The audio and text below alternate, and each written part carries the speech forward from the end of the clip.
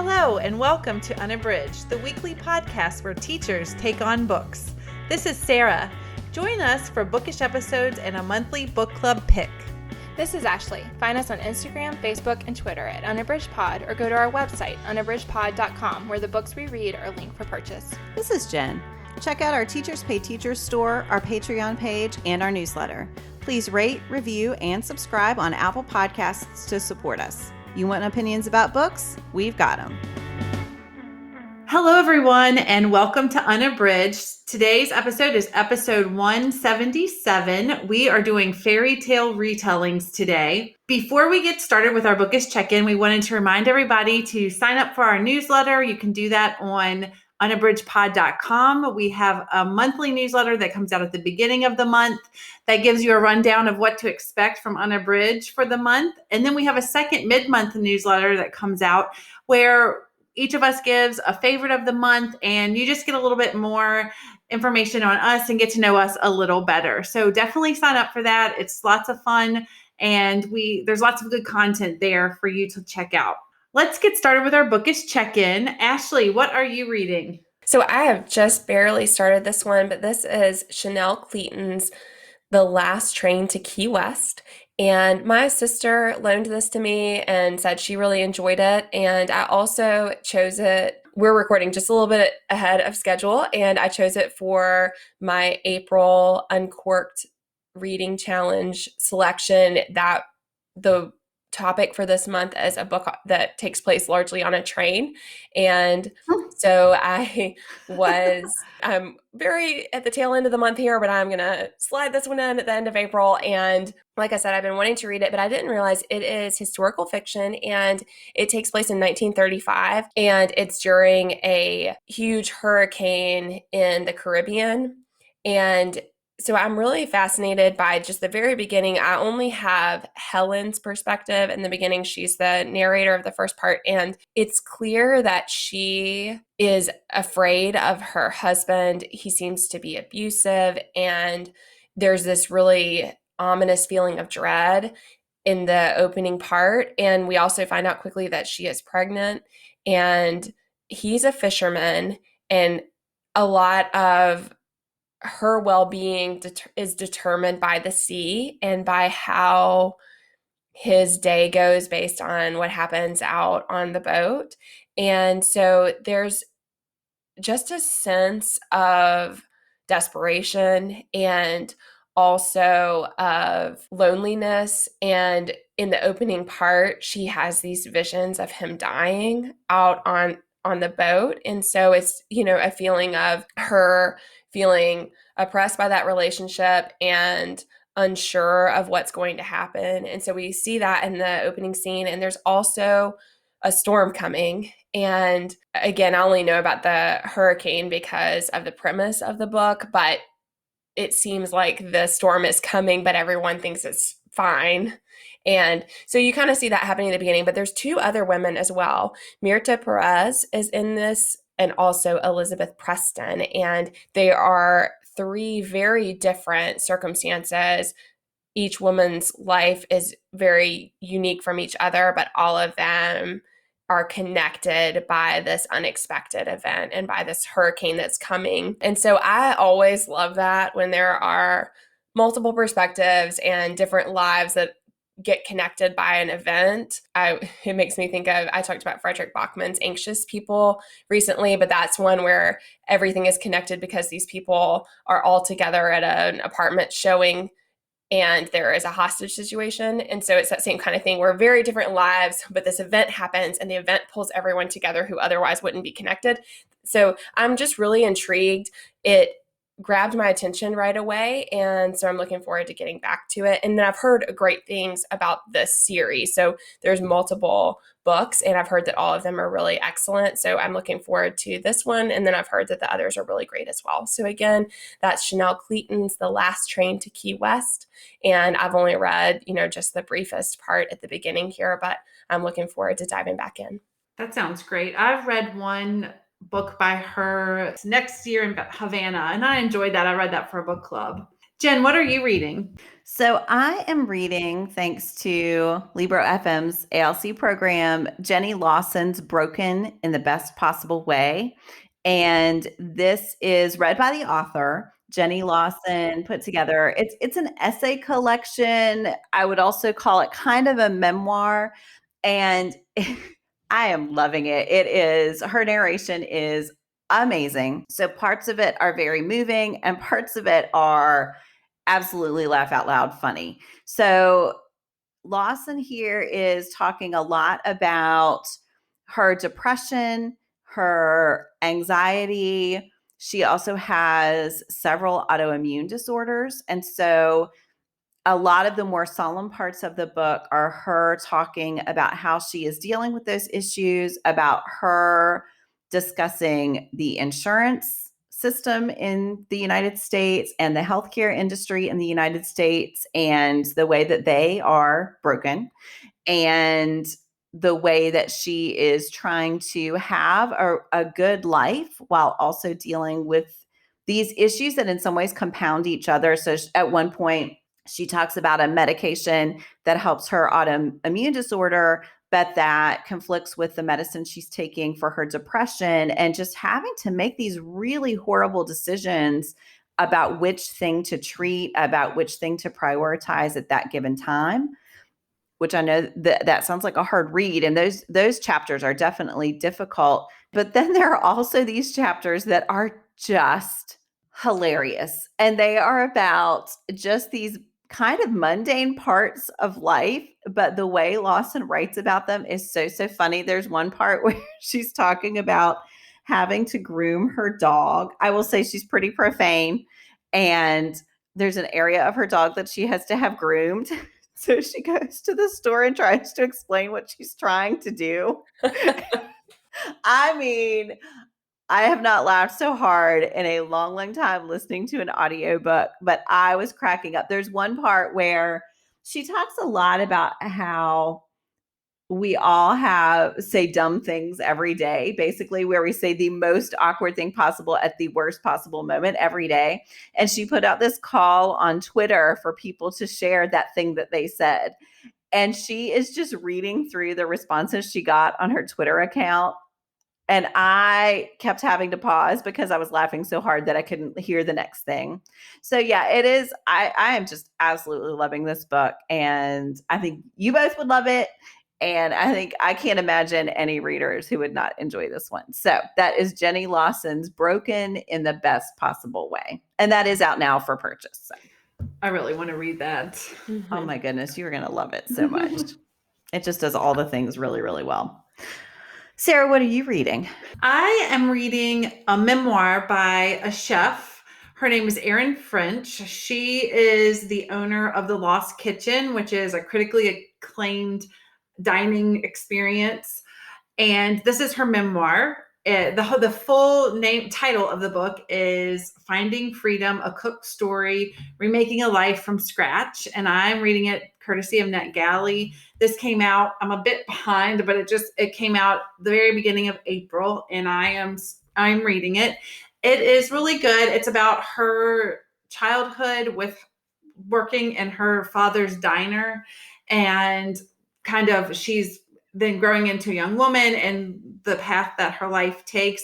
I am not too far into it, so I don't know a ton, but I do know that she has some significant struggles along the way, and I really like it. I love a food memoir. I love books about chefs, and so this is right up my alley, and I'm really enjoying it. So that is Erin French's Finding Freedom, A Cook's Story, Remaking a Life from Scratch.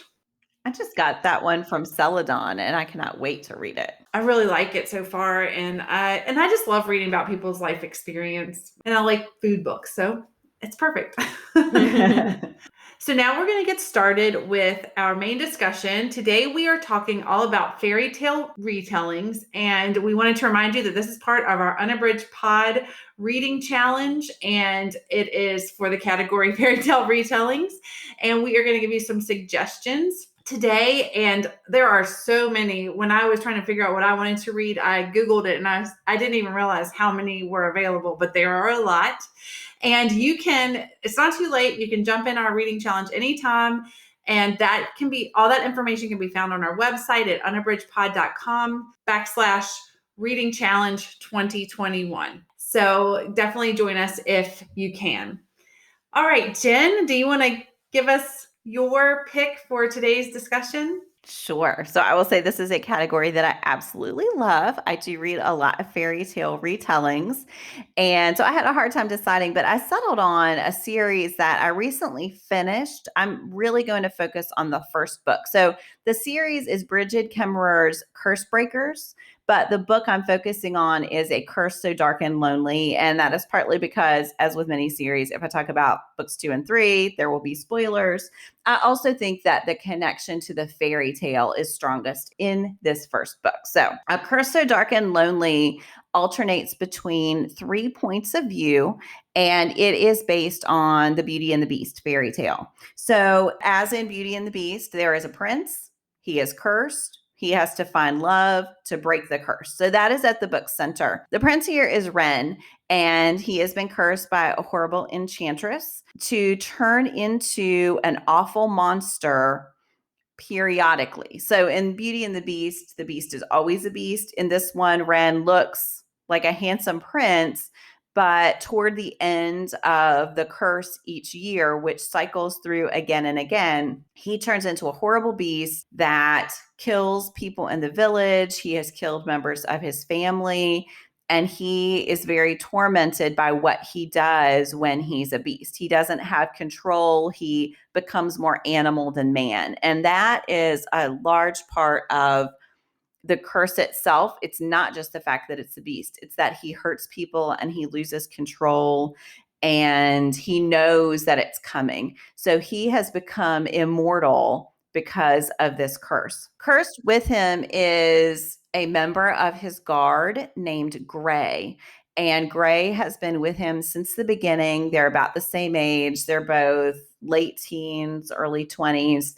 And even though they are the only ones left in the castle, Gray still very much acts the guard and makes sure that Ren feels like he is the prince. One of the services that Gray has to perform for Ren is when it's time for Ren to try to find love again, Gray has the ability to change worlds, and he comes into our world of Earth in the present day, and he retrieves a girl or a woman who may fall in love with Ren and takes her back to this fairy tale realm where they live. So he is wrapped up in this guilt that Ren feels as well. And he is torn between his duty to Ren and the feelings he has for these girls who he's taking from their homes, who he's taking from their whole existences and bringing to this other place to try to fall in love with this guy who he knows is eventually going to turn into a beast. So they have gotten to the end of the curse because this time, if Ren does not fall in love, he is going to die. So they know this is his last chance for love. And Gray goes to Earth and takes a girl named Harper. And Harper is really the first girl who fights back. She fights Gray when he tries to take her. She gets to this fairy tale realm and she is continuing to fight Gray. She fights Ren. She is incredibly defiant. And as so often happens in the romances, that is incredibly attractive to the handsome prince. One of the things that I really appreciated about this book is that Harper has cerebral palsy. And this disability becomes a part of her journey in this fairy tale realm called Emberfall. And because she has this disability, she has a limp, and she has learned to account for that in the world of Earth. But of course, the challenges that she has to deal with in Emberfall are quite different. So she wants to learn to fight with a sword. And so Gray is having to help her figure out how to account for the weakness on that side of her body as she's learning to fight with a sword.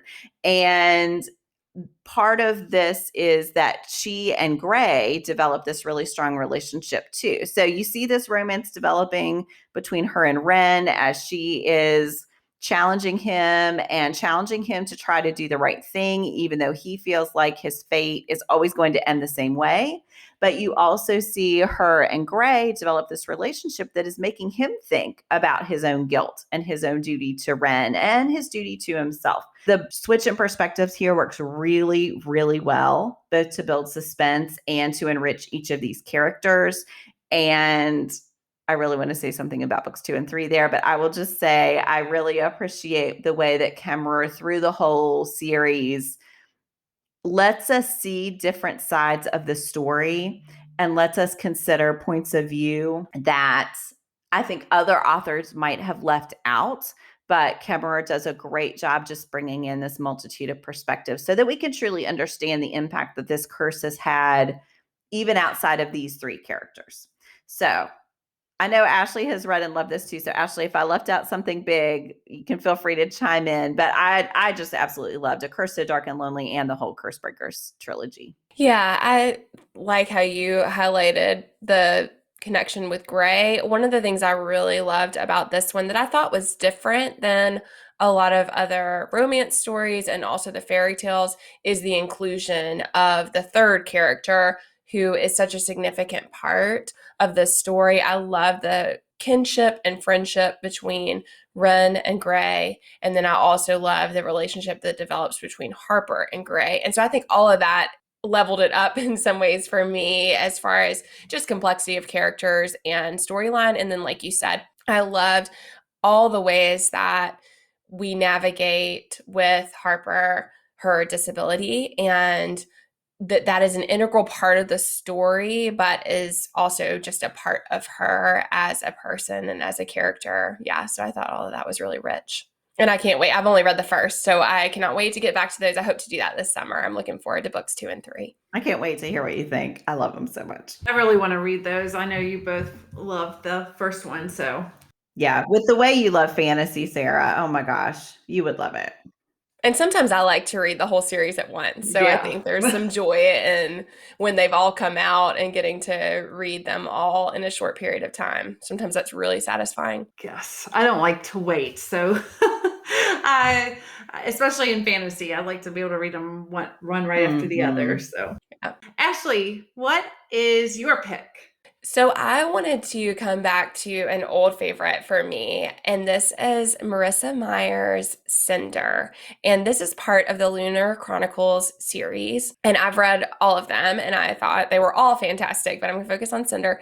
But I think this is a great pick for people who love fairy tale retellings because each story is a different fairy tale. So Scarlet and Winter and Cress are also other fairy tales. And so I think if you like fairy tale retellings, it's nice that it's not just a single. Cinder is a retelling of Cinderella, but then like Scarlet is Little Red Riding Hood. So I think if you enjoy that, it's cool that each one has its own premise that's based on a different fairy tale. So I love that, and I wanted to share it for that reason. But another reason I wanted to share this as my pick is because I think that the way that Marissa Meyer does such a great job of integrating different parts of the fairy tales, but creating an entirely different world where these things take place is really well done. So this one is because it's also she's building a world. And so I think that's really cool that you have these connections. So in Cinder,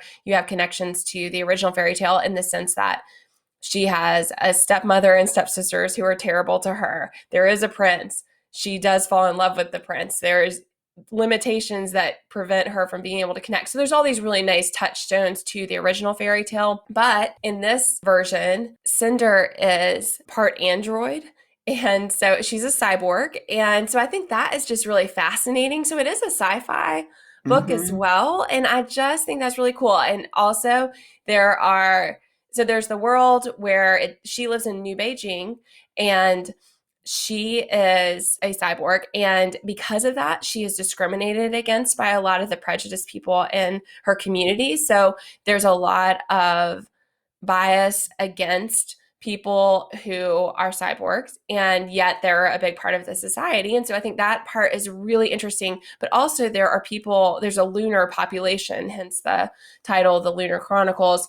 And so there are people on the moon, and there are a whole civilization as well. And there's all this stuff happening between, I don't want to spoil, but there's a lot going on between the lunar population and the Earth population. And so that is all just really fascinating. So I think what's really neat about it is that she takes this story that's commonly known, but then she creates this entire world that is absolutely fascinating and explores it.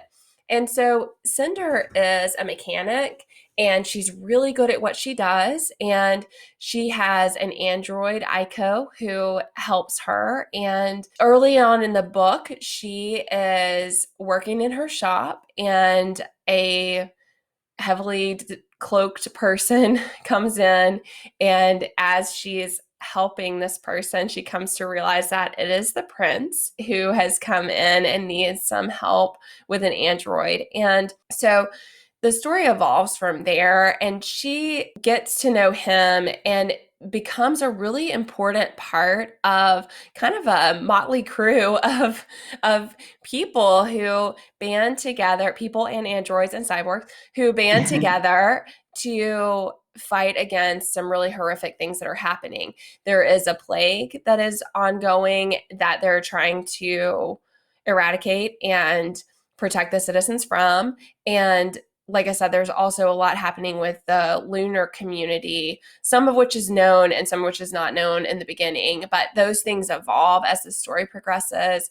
And I just absolutely love it. I think that Cinder is one of my favorite characters. I love that she is tough, and that she's a mechanic, and that she is technical, and has a technical mind, and is just so different from what you see as being a traditional Cinderella. And yet this is such a really cool version of that story where she is so empowered and in control and assertive and brave. And I just think all of that is really great. So I can't say enough about this series. I loved all of them. I loved it the whole way through. And I think that's something that's hard with series as well. But I thought that each story is unique enough, and yet there's an ongoing narrative that's really fascinating. So Jen has read this as well. If I don't know if you want to add on, but yeah, I mean, I just think the whole series is great. Yeah, that was one of my favorite things too, is just that with each new book, it levels up the complexity of the narrative. And so you kind of have this, I was thinking of the X-Files for some reason, like you have the episode of the week part, but then you also have the arc that runs through the whole thing. So she's just so clever in the way she uses those fairy tales. And the same way that she reinvents Cinderella, she's reinventing these other characters and making them much more than they were in the original stories. Yeah, kind of challenging those original narratives, but also including them in interesting ways.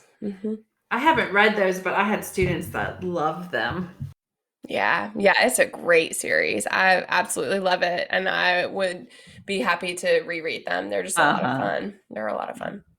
What about you, Sarah? What's your pick? My pick is The House of Salt and Sorrow. This book is by Aaron A. Craig. And this is a retelling of the 12 Dancing Princesses. And I loved that fairy tale growing up. I just thought it was so romantic, the way that the girls would go out and dance. And I just really liked it. I had that background of that fairy tale going into this book.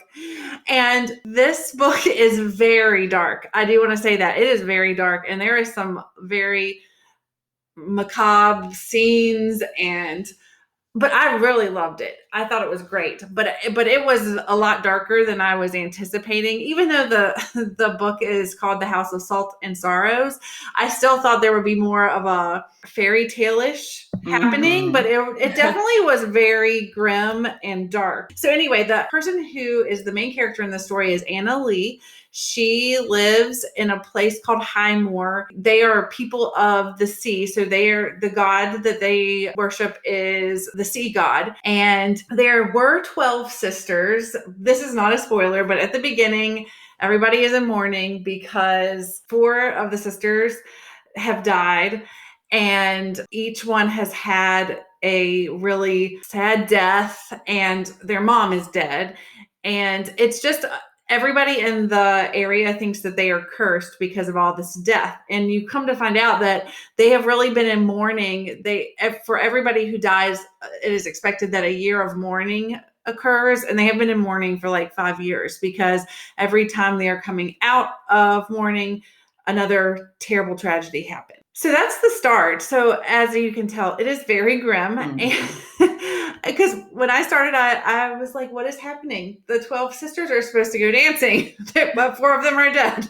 So it is very dark. But anyway, so Anna Lee starts feeling like some of the deaths there's been foul play. And so she is trying to figure out what is happening and what the foul play is. And I don't want to give anything away, because there are a lot of twists and turns, and there are lots of characters who come in and out. And I mean, it's just very twisty. So I don't want to give away any of the twists, because I thought they were really good. But basically, this story is about Anna Lee trying to avenge her sister's deaths and some things that happen during the course of the story. She's trying to figure out what is going on. If you are sensitive in terms of like grisly imagery and things like that, there's a lot of grisly imagery that I mean, I'm not very sensitive to that, but I thought, that if you get scared or spooked easily, it's pretty intense, especially for a YA novel. But it's great. It's twisty. It's mysterious. It is kind of sad in several places.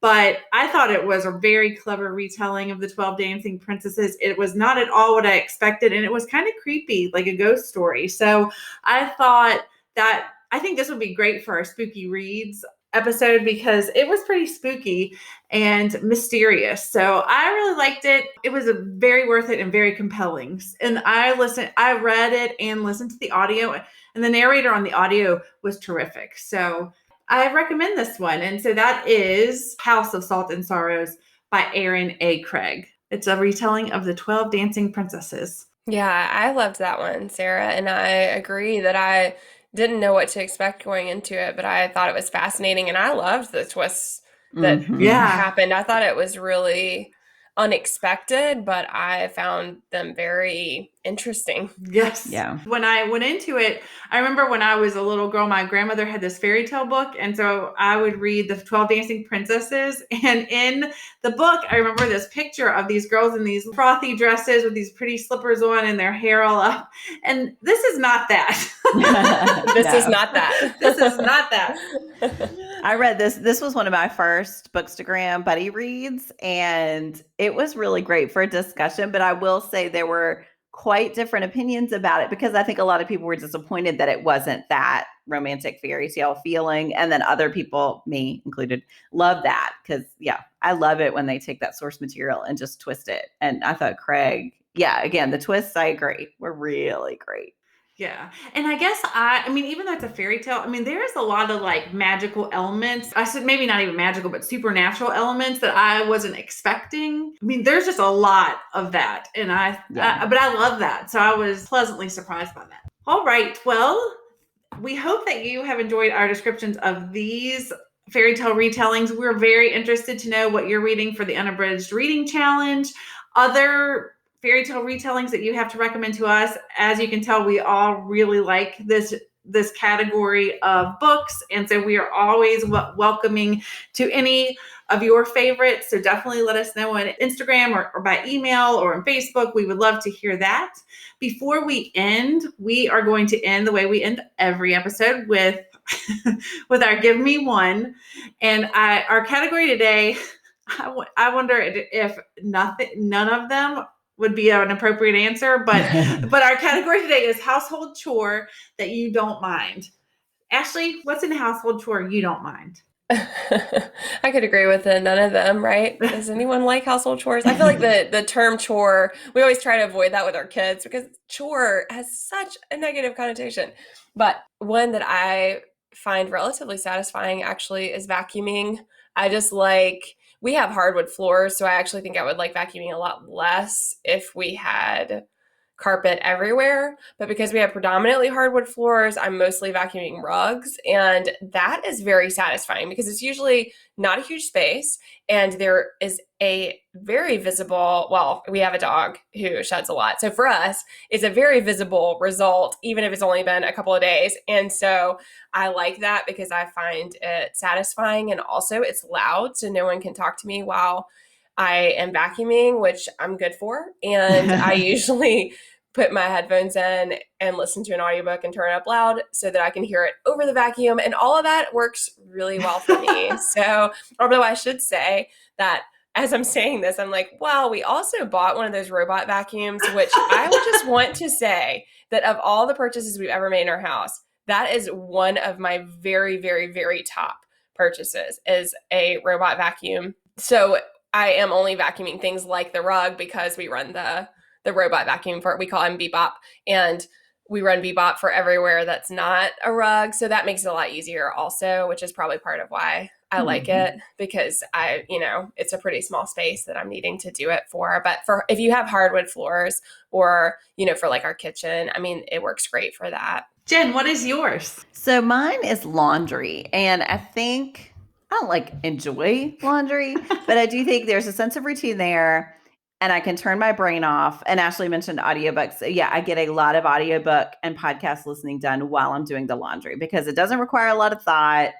I put it in the washer, I walk away and do other things, I come back. So it's kind of a periodic thing throughout the day.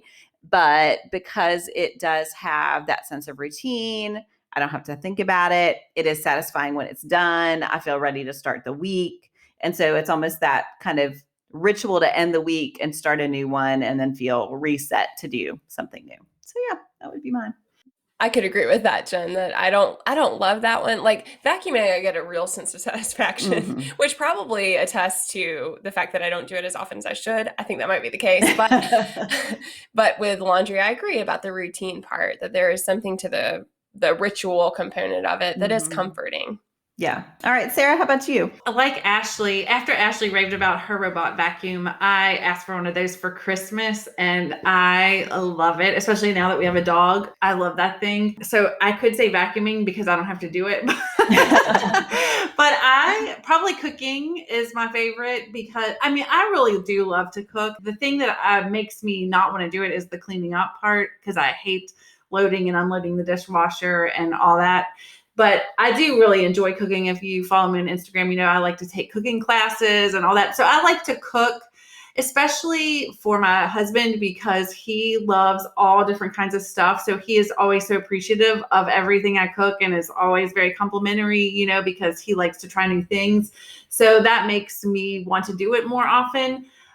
But I don't like the cleaning up part. And I also don't like shopping for groceries. So I feel like those are the bookends on cooking. So I do enjoy the cooking part. So that's probably my favorite. All right. Well, we hope that you have enjoyed this episode on Fairy Tale Retellings. And we would love to know your recommendations for this category. And also, we will be doing our Give Me One post coming up and with this category. So make sure that you check it out on Instagram and let us know which household chore that you don't mind doing, because we would love to know. Thanks for listening. Do you have comments or opinions about what you heard today? We'd love to hear them. You can find us on Instagram, Facebook, and Twitter at unabridgedpod, or on the web at unabridgedpod.com for a list of ways to support us. We'd like to thank Jared Featherstone, who composed our theme music, Strings of Light, and Katie Amy of Amy Photography, our podcast photographer. Thanks for listening to Unabridged.